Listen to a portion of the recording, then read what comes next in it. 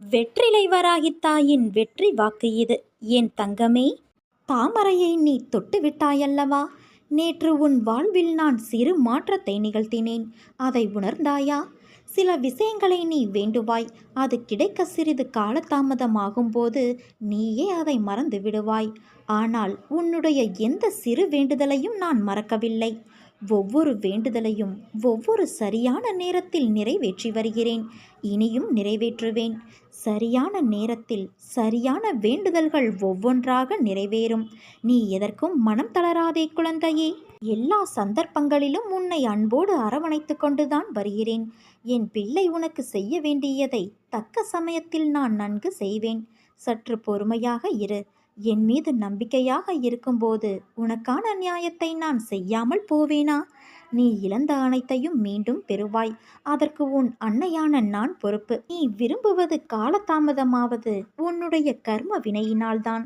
உன் சந்தோஷத்திற்காக உன் கர்மாக்களை தட்சணையாக நான் எடுத்துக்கொண்டு உனக்கு புண்ணியத்தை உண்டாக்கி கொண்டு இருக்கிறேன்.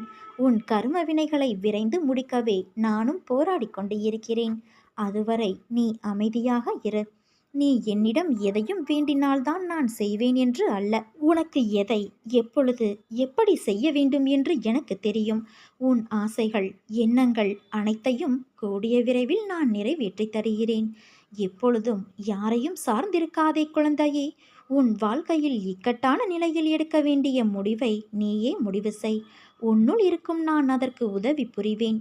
ஆனால் நீயோ உன் மீது அன்பும் அக்கறையும் இல்லாத உன் சுற்றத்தார்கள் சில பேரிடம் சென்று அறிவுரை கேட்கிறாயே.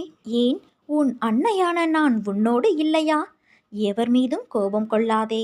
அது கொடியது. உதவி புரிபவர்களிடம் மட்டுமல்லாமல் உதாசீனப்படுத்தியவர்களிடமும் கூட. அனைவரிடமும் அன்பாக பேசு. நீ வருத்தப்படுவதால் எதுவும் மாறாது.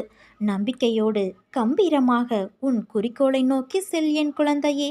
நீ அதை அடைய உனக்கு உன் அன்னை துணையாக இருப்பேன். இது என் சத்திய வாக்கு.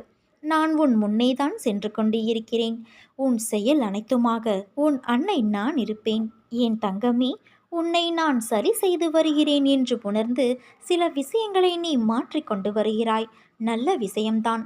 ஆனால் மற்றவர்களை நேசிப்பதில் தவறு இல்லை. அவர்கள்தான் உலகம் என்று நினைக்கும் தருவாயில் இருக்காதே. அவர்கள் அன்பிற்கு சார்ந்து இருக்காதே. அந்த அன்பு சில சூழ்நிலையால் குறைந்து போகலாம்.